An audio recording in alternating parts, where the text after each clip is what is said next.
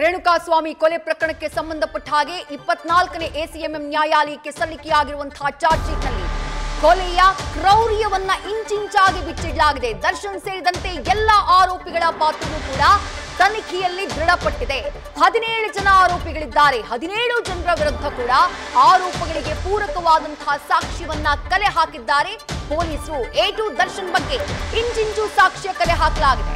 Charge ಶೀಟ್ನಲ್ಲಿ ದರ್ಶನ್ ವಿರುದ್ಧದ ಎಲ್ಲಾ ಸಾಕ್ಷಿಗಳನ್ನ ನಮೂದು ಮಾಡುವಂತಹ ಕೆಲಸವನ್ನ ಮಾಡಲಾಗಿದೆ.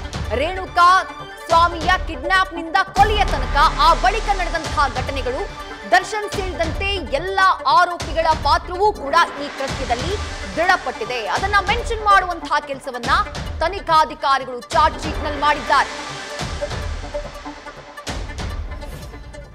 ದರ್ಶನ್ ಸೇರಿದಂತೆ ಎಲ್ಲ ಆರೋಪಿಗಳ ಪಾತ್ರವನ್ನ ಕೂಡ ದೃಢಪಡಿಸುವಂತಹ ಕೆಲಸವನ್ನ ತನಿಖಾಧಿಕಾರಿಗಳು ಮಾಡಿದ್ದಾರೆ. ಪವನ್ ಹೇಳಿದಂತೆ ರಾಘವೇಂದ್ರ ಸ್ವಾಮಿ ಕಿಡ್ನಾಪ್ ನ ಪ್ಲಾನ್ ಅನ್ನ ಮಾಡ್ತಾನೆ.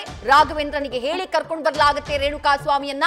ದರ್ಶನ್ ಬಟ್ಟಿಯ ಮೇಲೆ ರೇಣುಕಾ ಸ್ವಾಮಿಯ ರಕ್ತದ ಕಲೆಗಳು ಪತ್ತೆಯಾಗಿದೆ.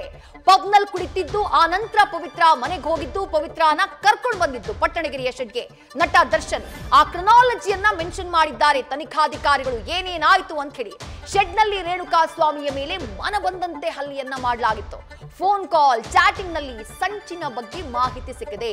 ಯಾವ ರೀತಿ ಪ್ಲಾನ್ ಅನ್ನ ಮಾಡಿದ್ರು ಅನ್ನೋದ್ರ ಬಗ್ಗೆ, ಸರೆಂಡರ್ ಆಗಿ ಮಾಡಿಸುವುದಕ್ಕೆ ಮನವೊಲಿಸಿದ್ದು ಸೇರಿದಂತೆ ಸರೆಂಡರ್ ಮಾಡಿಸುವುದಕ್ಕೆ ಹಣವನ್ನ ಕೊಟ್ಟಿದ್ದು, ಆ ಎಲ್ಲದರ ಬಗ್ಗೆ ಕೂಡ ಮಾಹಿತಿಯನ್ನ ಸಂಗ್ರಹಿಸಲಾಗಿದೆ. ಹಣ ಕೊಟ್ಟಿದ್ದು ದೃಢವಾಗಿದೆ.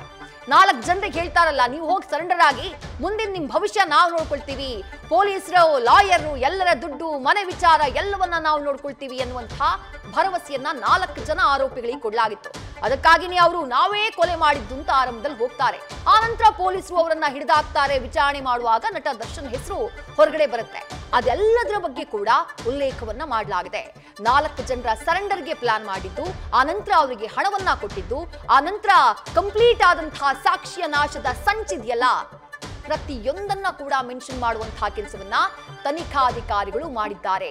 ಪವನ್ಗೆ ಹೇಳಿ ಚಿತ್ರದುರ್ಗದಿಂದ ರೇಣುಕಾ ಸ್ವಾಮಿಯನ್ನ ಕಿಡ್ನಾಪ್ ಮಾಡಿಸಲಾಗಿರುತ್ತೆ. ಪವನ್ ರಾಘವೇಂದ್ರನಿಗೆ ಹೇಳಿ ರೇಣುಕಾ ಸ್ವಾಮಿಯನ್ನ ಕಿಡ್ನಾಪ್ ಮಾಡಿರ್ತಾನೆ. ದರ್ಶನ್ ಬಟ್ಟೆಯ ಮೇಲೆ ರೇಣುಕಾ ಸ್ವಾಮಿಯ ರಕ್ತದ ಕಲೆಗಳು ಪತ್ತೆಯಾಗಿವೆ. ದರ್ಶನ್ ಹಾಕೊಂಡಿದ್ದಂತಹ ಬಟ್ಟೆ, ಕೃತ್ಯ ನಡೆದಂತಹ ದಿನ, ಆ ಸ್ಟೋನಿ ಬ್ರೋ ಕ್ರೆಸ್ಟೋ ಬಾರ್ನಿಂದ ಬರ್ತಾರಲ್ಲ ಪಟ್ಟಣಗೆರೆಯ ಶೆಡ್ಗೆ, ಆವತ್ತು ರೇಣುಕಾ ಸ್ವಾಮಿಯ ಮೇಲೆ ಹಲ್ಲೆಯನ್ನ ಮಾಡಿದಂತಹ ದಿನ, ಆವತ್ತು ಹಾಕಿದ್ದಂತಹ ಬಟ್ಟೆ, ಆ ಬಟ್ಟೆಯಲ್ಲಿ ರಕ್ತದ ಕಲೆಗಳು ಪತ್ತೆಯಾಗಿರುತ್ತೆ. ಪವನ್ ಕುಳಿತಿದ್ದು, ಆನಂತರ ಪವಿತ್ರ ಮನೆಗೆ ಹೋಗಿದ್ದು, ಅದಾದ ಬಳಿಕ ಪವಿತ್ರನ ಕರ್ಕೊಂಡು ಪಟ್ಟಣಗೆರೆಯ ಶೆಡ್ಗೆ ಬಂದಿದ್ದು, ಎಲ್ಲವೂ ಕೂಡ ಎಲ್ಲದಕ್ಕೂ ಸಾಕ್ಷಿಗಳಿದ್ದಾವೆ. ಶೆಡ್ ನಲ್ಲಿ ರೇಣುಕಾ ಮೇಲೆ ಹಲ್ಲೆಯನ್ನ ಮಾಡಿ ಆನಂತರ ಪಬ್ಬಿಗೆ ಹೋಗಿದ್ದು, ಅದನ್ನ ಕೂಡ ಉಲ್ಲೇಖ ಮಾಡಿದ್ದಾರೆ. ಪಬ್ ನಲ್ಲಿರುವಾಗ ರೇಣುಕಾ ಸ್ವಾಮಿಯ ಫೋಟೋ ಬಂದಿದ್ದು ಮೊಬೈಲ್ಗೆ, ಅದನ್ನ ಕೂಡ ಮೆನ್ಷನ್ ಮಾಡಲಾಗಿದೆ. ಮತ್ತೆ ಪಬ್ ನಿಂದ ಪಟ್ಟಣಗೆರೆಯ ಶೆಡ್ಗೆ ಹೋಗಿದ್ದು, ಅಂದ್ರೆ 2 ಸಲ ಬಂದು ಹೋಗುವಂತಹ ಕೆಲಸ ಆಗಿದೆ ಪಟ್ಟಣಗೆರೆಯ ಶೆಡ್ಗೆ.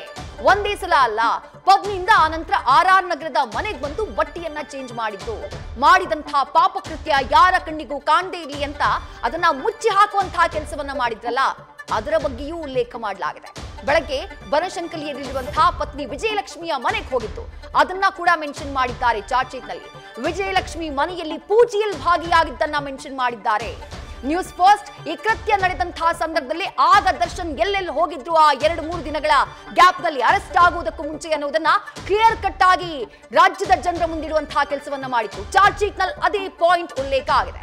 ವಿಜಯಲಕ್ಷ್ಮಿಯ ಮನೆಯಲ್ಲಿ ಪೂಜೆನಲ್ಲಿ ಭಾಗಿಯಾಗಿರ್ತಾರೆ. ಕೊಲೆ ಮಾಡಿದಂತಹ ಮರುದಿನ ಪತ್ನಿ ವಿಜಯಲಕ್ಷ್ಮಿಯ ಮನೆಯಲ್ಲಿ ಅಂಥದ್ದೊಂದು ಪಾಪಕೃತ್ಯವನ್ನ, ರಾಕ್ಷಸಿ ಕೃತ್ಯವನ್ನ ಮಾಡಿ ಅದಾದ ಬಳಿಕ ಪತ್ನಿ ಮನೆಗೆ ಹೋಗಿ ಅಲ್ಲಿ ಪೂಜೆಯಲ್ಲಿ ಭಾಗಿಯಾಗಿರ್ತಾರೆ ನಟ ದರ್ಶನ್.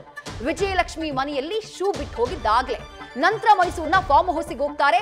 ಅದಾದ ನಂತರ ಆ ಹೋಟೆಲ್ಗೆ ಹೋಗೋದು, ಹೋಟೆಲ್ನಿಂದ ಆ ಬಳಿಕ ಶೂಟಿಂಗ್ ಸ್ಪಾಟ್ಗೆ, ಡೆವಲ್ ಶೂಟಿಂಗ್ ಸ್ಪಾಟ್ಗೆ ಹೋಗಿತ್ತು, ಮತ್ತೆ ಹೋಟೆಲ್ಗೆ ಬಂದಿತ್ತು. ಇದೆಲ್ಲದರ ಬಗ್ಗೆ ಮಾಹಿತಿಯನ್ನ ಕಲೆ ಹಾಕಲಾಗಿದೆ, ಮೆನ್ಷನ್ ಮಾಡಲಾಗಿದೆ.